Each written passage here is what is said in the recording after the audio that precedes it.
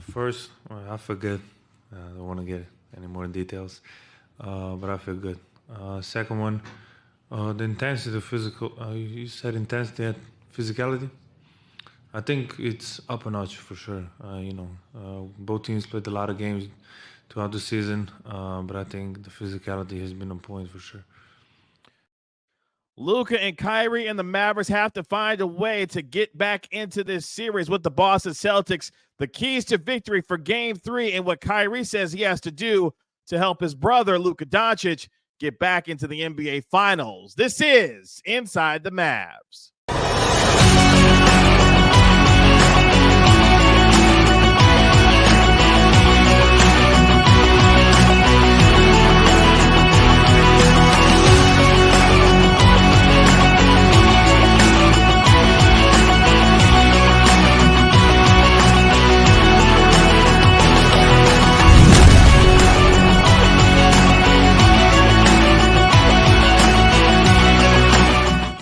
Welcome to Inside the Mavs, presented by Aura. I'm your host, Kevin Gray, Mavs Pre and Post Game host on the Dallas Mavericks Radio Network. Appreciate you joining me for this latest episode of Inside the Mavs. Make sure you download and subscribe to the podcast. Wherever you get your podcasts for free, give it a 5-star rating, write a review for it while you're there. And if you're watching us on my YouTube channel at Kevin Gray Sports, make sure you like and comment on the video as well. And you can follow me on Twitter at Kevin Gray Sports.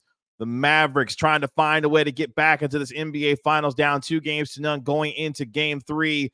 Luka Doncic, Kyrie Irving, and this Mavericks team trying to end what is a 9-game winning streak in the postseason right now for the Boston Celtics. After the Celtics, of course, got the 105-98 win in Game 2 to take the first 2 games of this series, holding home court the way that they needed to. And now the Mavericks, on the anniversary of their first and only championship in franchise history, need to begin to do the same in holding home court at the American Airlines Center. Luka Doncic is going to be continuing to play through pain.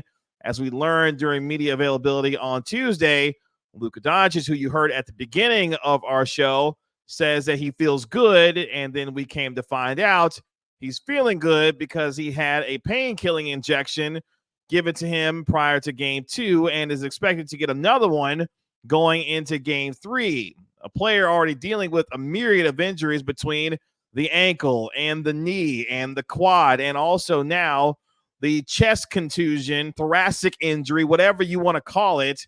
He's dealing with that also. And when you watch Game 2, 13 blow-bys that he gave up, you can tell that the injuries are catching up to him, but at the same time still playing with the kind of confidence that is befitting of Luka Doncic, who, of course, was another first-team All-NBA selection for the 5th year in a row. But all of that aside, he and Kyrie Irving are going to have to put the Mavericks on their collective backs in order to get them back into this series. The role players you're hoping will play better starting in Game 3 as well, despite the fact that you had all 5 of your starters in double figures in Game 2. You only had 9 points off your bench, and Kristaps Porzingis, which we'll get to throughout the course of our episode, outscored your bench 12-9 in Game 2 by himself. How effective he's going to be in Game 3, only time will tell if he's even able to play, because if he's not able to play due to the tendon injury that he suffered in Game 2, that changes quite a bit what Boston has from a depth perception when it comes to their bench, with Al Horford moving into the starting lineup, but more so for the Mavericks being able to hopefully begin to punish the Celtics on the inside. And that, for me, is one of the big keys to victory, because if Kristaps Porzingis is not going to be available for the rest of this series, the Mavericks have a distinct advantage inside to be able to utilize Daniel Gafford and Derek Lively, who's had a tough stretch so far to begin this series, to really start to put pressure on the interior of Boston, because without Porzingis, they don't have their rim protector and shot blocker on the defensive end, where he's been great in terms of weak side help and being able to provide that wall of defense for Boston. And on the offensive end, of course, Porzingis is a terrific shooter from deep, can put the ball on the floor, and is a mismatch nightmare with his ability to shoot over smaller defenders, which we saw in Game 1 when he was able to have the 20 points and as effective as he was. But if he is not available, that is going to bode well for the Mavericks. If he is available, how much effective will he actually be, given the kind of rare injury that he's dealing with and what that means for Boston in terms of their depth. Could you see Luke Cornett? Could you see Xavier Tillman provide some big man minutes behind Al Horford, who will have to play more extended minutes? And at 38 years of age, it's going to be a little bit tougher for him, even though he's played well at times during this postseason, being in the starting lineup.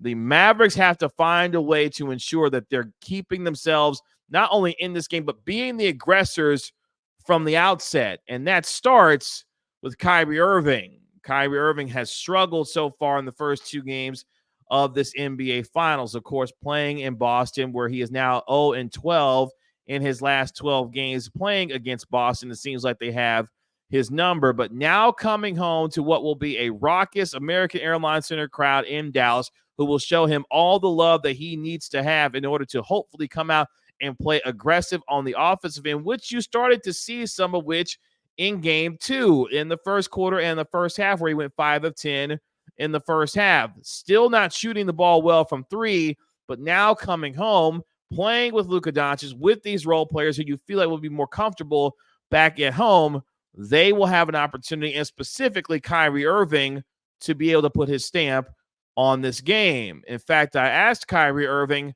how is he helping Luka Doncic, who is experiencing this 0-2 deficit for the first time in an NBA final situation, knowing that Kyrie Irving has come back from a 3-1 deficit, yes, with LeBron James, to win that championship with Cleveland back in 2016. I asked Kyrie Irving, how are you helping him and how are you helping each other be able to manage this situation? And to Kyrie's credit, as you take a listen and watch, Kyrie took accountability for his play thus far. Kyrie, a lot's been made about the bond that you and Luka have formed throughout the course of this season. You having been in this position before, being down and coming back to win an NBA Finals, how are you helping him manage this situation? How are the two of you helping each other, especially knowing what you're trying to accomplish over these next couple of games, especially here at home? Yeah, well, it started with me. Just telling my hermano, I got to play better for him, alongside him. And, in order for us to, accomplish our goal, we both have to be playing well, and we both have to be doing the little things and doing whatever it takes to win. So easy conversation, but it started with me reaching out, just letting him know that, it's my fault, taking accountability for not playing particularly well. But also I got to continue to trust my guys around us, or around me, and, have fun in the process. We've gotten this far because we've been a great team, not because we've just put it on me and Luka. It's been a total team effort, total organizational effort to get thus far. So we just got to keep trusting in that. So a pretty simple conversation. So a simple conversation with Luka Doncic and letting him know that I've got to be better playing with him and alongside him to give him the best chance for us to win, because we have to do the little things in order to win. And that's going to be a massive sign in game 3 and beyond in this series. Can the Mavericks do the little things to be able to win games? You saw how the little things killed them in game 2, going 16 of 24 from the free throw line, committing 15 turnovers, and not having the poise that we have seen them have down the stretch of games, and unfortunately giving the Celtics too many opportunities, especially with second chances, to be able to get some easy baskets. More on this game when it comes to what the Mavericks have got to do to climb themselves back into this series, including getting the vertical game going when it comes to their centers, and most importantly, Kyrie Irving turning things around in this series. But before we get there, let's hear from today's sponsor of our video and our podcast, and let's hear from Aura. Today's video is brought to you by Aura. Do a Google search on your name and email address to see how much information comes up about you. I was devastated by the amount of information that I could be seeing searching my name and profile, and I knew then I needed to be protected for not just myself, but also for my family. Data brokers sell your information to scammers, spammers, and anyone else who may want to target you. Your full name, email, home address, health records, your relatives, it's all out there. That's why I've been using Aura, the sponsor of today's video. Aura shows me which data brokers are selling my information and automatically submits opt-out requests for me. Cleaning up my information not only helps reduce the amount of spam I get, but it protects me from hackers who could use this information to help them access my social media accounts, bank accounts, and other sensitive information. Aura also does so much more to protect me and my family from online threats that I can't see. It's really easy to set up, so I don't have to download several different apps to get things like antivirus, VPN, password management, parental controls, identity theft insurance, and more. I get everything at one affordable price. You may already have one of these tools already, but not having Aura is like locking the front door and leaving the back door wide open. Aura is always on, doing the hard work to protect me and my family so I can focus on other tasks with peace of mind. I value my privacy and I value yours. You can go to aura.com/Kevin Gray to start your 2-week free trial. Please see the link in the description. Back here on Inside the Mavs, thank you for hanging out with us through our spot today, and thank you to today's sponsor of our video and our podcast, in Aura, as we get you ready for Game 3 of the NBA Finals between your Dallas Mavericks and the Boston Celtics. Can the Mavericks climb themselves back into this series, and will need to do so beginning in Game 3, talking about the keys to victory and what has to turn around for this Mavericks team. And one of the things that has to turn around immediately is they got to start making shots. You've seen so far in this series, especially from the three-point line, this team has not been able to shoot the ball well. And what concerned me coming out of Game 2 was that Boston didn't shoot the ball well from three, particularly themselves, but they found other ways to get easy buckets, whether it be in transition, but also on second chance opportunities to make timely threes, especially down the stretch. You saw those two back-breaking threes that the Celtics made with Drew Holiday and Derek White, the first one coming off a turnover between P.J. Washington and Luka Doncic. Even the three-pointer that Peyton Pritchard hit at the end of the third quarter took what was a 6-point deficit and turned it into 9 after the Mavericks had tried to claw their way back into it. You've got to find a way to make some more shots, especially from three. You look at Game 2 in particular, Luka Doncic went 4 of 9 from downtown, shooting 44% from three. Everyone outside of Luka Doncic shot a whoppingly bad 2 of 17 from three. So I'm looking at P.J. Washington. I'm looking at Derrick Jones Jr. I'm looking at Josh Green and others to be able to knock down some threes, to be able to give them some opportunities, especially knowing that Boston is a team who hasn't lost on the road this postseason. They're going to take and make their fair share of threes and continue to do what they do. Even in the loss in Game 2, the Celtics took 39 three-pointers. They only made 10 of them. The Mavericks took 26 three-pointers and made 6 of them at a 23% clip. You're not going to win any games in the NBA Finals shooting 23% from the three-point line, and then marry that with the idea that you missed 8 free throws, going 16 of 24 from the free throw line at under 67%. That's not going to cut it, because in games like this against a team as good as Boston, who won 64 games during the regular season, your margin for error is extremely thin. You can't turn the ball over 15 times. You can't miss 8 free throws, and you can't shoot 23% from the three-point line. Jason Kidd and this team has talked about the amount of open shots and good looks that they've gotten. They simply haven't made them. That will have to change going into Game 3 and beyond in this series. If it can, the Mavericks will climb themselves back into it. Additionally, they've got to get the vertical game going with Daniel Gafford and Derek Lively. The Celtics have done a terrific job of taking away the lob threat and the vertical game of the Dallas Mavericks so far in this series. Joe Mazzulla not having it, the head coach of the Celtics. You've seen at times where the Mavericks have been able to get a couple of those plays made in terms of lob dunks to Daniel Gafford or Derek Lively. Joe Mazzulla immediately calling timeouts to ensure that his team understands that that is not something that they're going to live with, knowing how effective Gafford and Lively can be in the middle. That could change going into Game 3, especially with the injury to Kristaps Porzingis, because if you could find a way to start punishing them inside, opening things up for those corners when you've got to start collapsing on those big men who are making those shots, because the Celtics have shown the ability to not only stay home on the shooters when it comes to P.J. Washington, Derrick Jones Jr., and others. They're also great with their switching. They believe in their abilities to defend one-on-one and be able to handle themselves when it comes to their individual defensive principles. If you can start finding a way to affect the middle of the basket in the paint area, in the restricted area, and start getting your easy buckets, now you're forcing the Celtics to have to start defending some of that, which should open up some of the areas on the outside for guys to be able to hopefully knock down some shots when they get the opportunities to do so. And if you're a guy like Maxi Kleber, who is much maligned so far in this series, even if we see Tim Hardaway at some point in this series, take the shots that are available to you and are open and have confidence taking those shots. We've seen too many times already in this series, just through the first couple of games, when Maxi's had opportunities at times not willing to take those shots. You cannot pass up open shots in this game and in this series against Boston because they certainly will not do that themselves. So, one, you've got to do the little things, which means taking care of the basketball, eliminating the turnovers, the 15 that you had in game 2, being able to knock down your free throws, missing 8 free throws in the NBA Finals, especially knowing how thin the margin of error is inexcusable, especially at this time of the year, even with the struggles that we've seen the Mavericks have from the free throw line.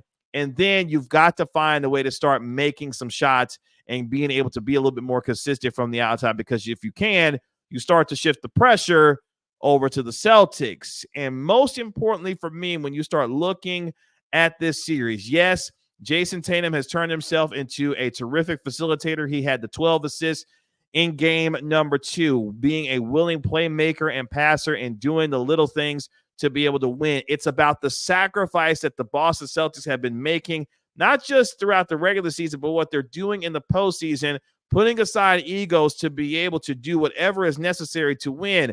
That's exactly what the Mavericks have to do going into game 3. It doesn't matter who gets it, when they get it.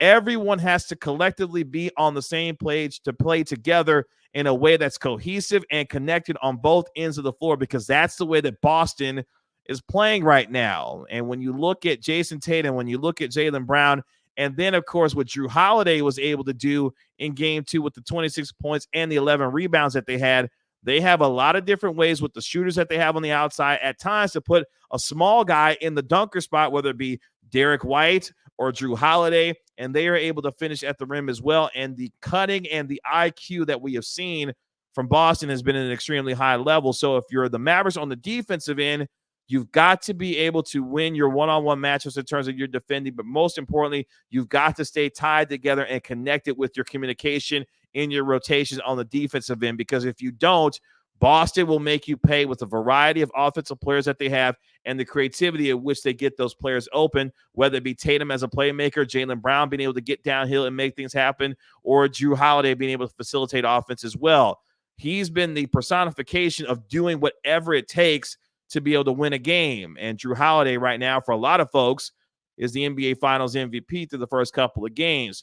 But if you're the Mavericks, it's about matching the intensity and bringing that much more fervor and intensity to Boston in game 3 and beyond, because you have to be the one to punch them in the mouth. You get the crowd into it. Don't have to have the crowd pump energy into you. You give the crowd something to be able to continue to take with them throughout the course of the game, especially in the first 5 minutes of game 1, because if the Mavericks find a way, especially the way that we saw them close out the Minnesota Timberwolves in game 5, Luka Doncic punching the Timberwolves in the mouth with those 20 points in the first quarter, Luka Doncic and Kyrie Irving taking turns being able to lead this team offensively, but also guys taking advantage of the opportunities when they have them, when Luka Doncic and Kyrie Irving is able to facilitate offense. And even a guy like Dante Exum, who you saw in game 3, knocked down an open three-pointer, which Jason Kidd talked about during the course after game 2. His ball handling responsibilities will continue to increase to hopefully take some of that pressure off of Luka and Kyrie, especially for Luka dealing with the injuries that he's dealing with right now, a number that we've detailed a little bit earlier on in the show. So if you're the Mavericks, you're taking care of your business in terms of the little things. You're eliminating second chance opportunities, where in game 2, you actually out-rebounded Boston 43-41. In fact, you have 3 more defensive rebounds than they did, but Boston had 10 offensive rebounds. The second chance opportunities and the timely ones that they had allowed them in game 2 to be able to get 10 second chance points. And you've got to be able to cut them off in the fast break, where the Celtics doubled up the Mavericks 15-7 in that department. So if you can find yourself being able to get yourself back in transition, and again, running the Celtics off the three-point line, one of the things that makes it difficult to be able to get yourself in position, especially in terms of running your offense because it slows you down, is the fact that you're constantly pulling the ball out of the basket and you're watching the Celtics make a bunch of shots from the outside. That is a deterrent for the Celtics to be able to slow down their opponents offensively. So if you're running the Celtics off the three-point line, making them take tough contested shots and you're able to start to push the pace, which we've seen the Mavericks be a top 10 pace team all season long. Now you're being the ones putting the pressure on the Celtics to be able to respond on the defensive end. And when you don't have that anchor potentially in Kristaps Porzingis to be able to handle things on the defensive end, now you're getting yourself more opportunities for easy baskets to be able to take some off the pressure of having to make tough contested floaters, jumpers in the mid-range, and a bunch of threes where we know at times the Celtics will force you into playing that math game because of the amount of threes that they will take and make throughout the course of the game. So this comes down to the Mavericks' ability for their two superstars, namely Kyrie Irving. Luka Doncic has continued to give as much as he can based on what he's dealing with in terms of his injury. And at times, like we saw in game 2, he did not play well in terms of protecting the basketball. I want you to hear me when I say Luka Doncic didn't play well from the standpoint of protecting the basketball, even with the 11 assists that he had in the game. The 8 turnovers were absolutely deadly for the Mavericks. If he cuts down on the turnovers, even with the amount of usage that he is going to see in game 3, and then Kyrie Irving being able to be much better than what he has been so far in the series. He was 0 of 3 from downtown in game 2, 7 of 18 overall from the field. His offensive aggressiveness and intensity from the outset will be a difference maker for the Mavericks, and the way that they play off of his energy and his focus will tell us a lot about not just game 3, but for the rest of this series as well. You've got to see a different Kyrie Irving, who you saw marching off the floor in game 2 saying, we'll be back in Boston from game 5. People are remembering that, and they're looking at that saying, okay, are you going to put your money where your mouth is and perform on the level that we know that you're capable of, especially when we saw you? Yes, I know it was 7 years ago, but at the same time, when the pressure has been on Kyrie Irving to perform on this stage, he has delivered. It is time for him to deliver on this stage once again to help this team climb out of this 0-2 hole, and it starts with winning one possession at a time, 1 minute at a time, and being able to string together consistent, good possessions on both offensive and defense to be able to start to put some pressure on Boston, because right now the Celtics look way too comfortable. They look like a team that knows exactly what it wants to do, and attacking the Mavericks on both offense and defense, you've got to find a way to introduce even that much more physicality potentially to try and throw them off this game. But most importantly, sharing the basketball, taking care of it, and knocking down shots. And I believe the Mavericks can do that starting in game 3. And if they do, they will get back into this series and be able to find themselves playing much better as the rest of this NBA Finals goes on. But those are the keys for the Mavericks. Get back to the vertical game, protect the basketball, being able to eliminate second chance opportunities when you have the opportunities to do so. And most importantly, your superstars now have got to shoulder the load and get the proper help from the role players, whether it be PJ Washington, Derrick Jones Jr., also Josh Green, Jaden, whomever you want to call on in terms of that role player role and being able to play better at home, as the old adage goes, when it comes especially to the NBA playoffs. It has to be a full team effort in order to get back into this series. If that is going to be the case for the Mavericks, yes, they will find themselves clawing back into the NBA Finals and trying to do something that's only been done 5 times, which is come back from an 0-2 hole to win an NBA Finals. Unfortunately, the Mavericks have some history in that, of course, back in 2006 when the Miami Heat did that to them. Kyrie Irving on the other side of that, when his Cavaliers team was able to do so and be able to go on to win the NBA Finals. So at the same time, history and hopefully some good juju on the side of the Mavericks, who are celebrating their 13-year anniversary of their one and only championship back in 2011. They'll need to call upon that history and that aura, if you will, to be able to find a way back into this NBA Finals. They can do it. They've been a resilient team all year long. They found ways to win when it felt like all hope was lost. Now they have a chance to prove that on this NBA Finals stage, and I'm expecting epic performances from Luka Doncic and Kyrie Irving to get the Mavericks back into the NBA Finals.